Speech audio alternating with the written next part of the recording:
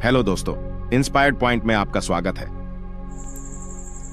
दोस्तों, ज्यादातर लोग अपने दुखों की वजह दूसरे को मानते हैं, जबकि कई बार ऐसा होता है कि हमें कोई दूसरा दुख नहीं पहुंचाता, बल्कि हम अपने दुखों की वजह खुद ही बन जाते हैं। इस बात से हमें खुद को बचाना चाहिए, क्योंकि ऐसा करने से हम खुद को परेशान करते हैं और डिप्रेशन में चले जाते हैं। ऐसा ही एक प्रेरक प्रसंग गौतम बुद्ध का भी है, जो हमें अपने दुखों की वजह खुद को न बनने देने के लिए प्रेरित करता है। आइए जानते हैं इस प्रेरक प्रसंग के बारे में। एक बार गौतम बुद्ध नगर में घूम रहे थे। तभी बुद्ध ने सुना कि उस नगर में रहने वाले लोग बुद्ध को बुरा भला कह रहे हैं और बद्दुआएं दे रहे हैं। ऐसा इसलिए हुआ क्योंकि उस नगर में रहने वाले कुछ लोग बुद्ध विरोधी थे। आम नागरिकों के मन में यह बात बिठा दी थी कि गौतम बुद्ध एक ढोंगी व्यक्ति है और ये उनके धर्म को भ्रष्ट कर रहे हैं। इस वजह से उस नगर में रहने वाले लोग बुद्ध को पसंद नहीं करते थे और उनको अपना दुश्मन मानते थे। गौतम बुद्ध ने जब नगरवासियों के इन उल्लाहनों को सुना तो वह एक कोने में शांति के साथ खड़े हो गए और उनकी बुरी बातों को आराम से सुनते रहे। इस दौरान बुद्ध ने कोई प्रतिक्रिया नहीं दी। कुछ देर बाद जब नगरवासियों बुद्ध को बुरा भला कहते हुए थक गए और चुप हो गए, तो गौतम बुद्ध ने उन नगरवासियों से कहा, क्षमा चाहता हूं, लेकिन अगर आप लोगों की बातें खत्म हो गई हो तो मैं यहाँ से जाऊं। यह सुनकर उन बुरा कहने वाले लोग बहुत आश्चर्यचकित हो गए।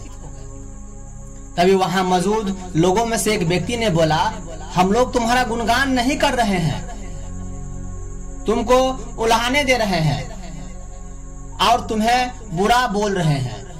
क्या तुम इन बातों का कोई असर नहीं हो रहा?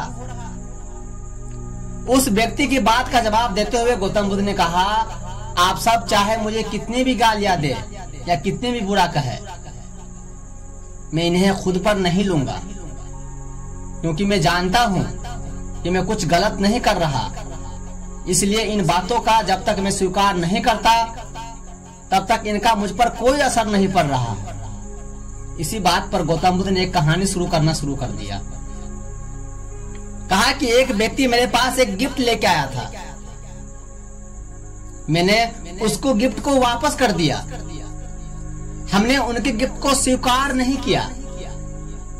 क्या इनमें से कोई मुझे बताएगा कि आखिर हमने उस गिफ्ट को स्वीकार नहीं किया तो उसने उस गिफ्ट को क्या किया होगा?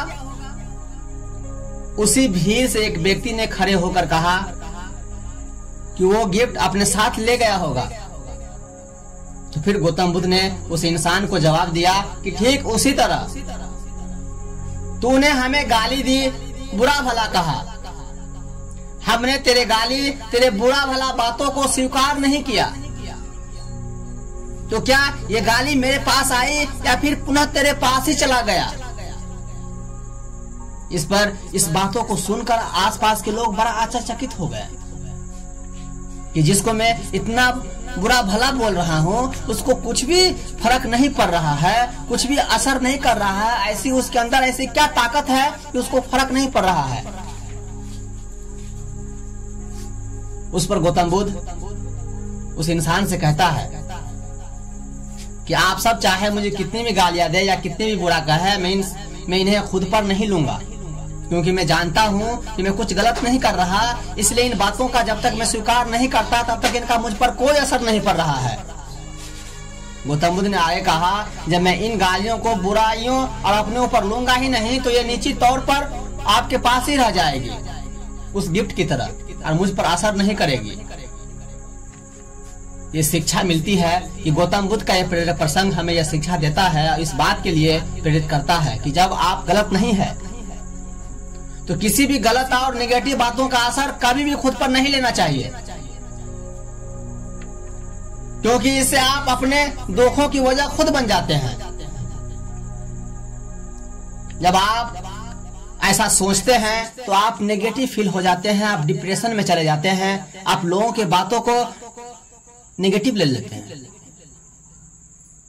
जब आप कभी गलत नहीं किए हैं, तो आपके सामने में लाख भी इंसान बोले, भरे भीड़ से पूरे मजमे के बीच से भी अगर कोई इंसान अगर आपके बारे में कोई बुरा बोले, तो आपको इस बातों से तकलीफ नहीं होना चाहिए, क्योंकि आप गलत नहीं किए हैं। लेकिन आजकल के इंसान ऐसा होता है कि जब हम कुछ गलत सुन लेते हैं अपने कानों से, तो हम आश्चर्यचकित हो जाते हैं, हम टेंशन में आ जाते हैं, हम डिप्रेशन में चले जाते हैं। लेकिन महात्मा गौतम बुद्ध की वो प्रशंसक कहानी हमें एक अलग मार्ग दिखाता है, एक अलग रास्ता दिखाता है, जिसे अगर मैं अपने जिंदगी में उतार लूं तो शायद मेरे जिंदगी में एक ऐसा अहम हिस्सा मिल जाएगा जो हम चाहते हैं, जो हम पाना चाहते हैं। तो दोस्तों, आप हमारे साथ बने रहिए, इसी तरह हम फिर मिलेंगे नए विचारों के साथ। तो जब तक के लिए जय हिंद, जय भारत, नमो बुद्धाय।